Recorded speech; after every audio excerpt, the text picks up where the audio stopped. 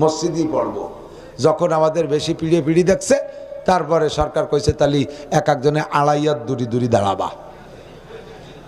মসজিদে মুসল্লি 3 জন, ইমাম 1 জন, মুসল্লি পিছনে 2 জন, এইরকম দাঁড়াইছে 3 কোনা। কোনটা ইমাম একদিকে একজন ফিরে পড়লিয়ে গেল, যে কোনো একজন ইমাম বানা লিয়ে যাচ্ছে, 3 কোনা মুসল্লি। সাড়ে এই না মোটে সরকার শেষে অনুমতি দিল যে 12 জন পড়তে পারবা মসজিদে। মনে আছে নাকি? 12 জন মসজিদের দুয়ারে 300 মুসল্লি। পুলিশে আইসে কয়, এত মানুষ আসছেন কেন? 12 জন, যা করুণা আসছে এত মানুষের ভাগ করে দিয়ে যাবে না, মোটে 12 জনটা দিতে হবে। হ্যাঁ সরেন।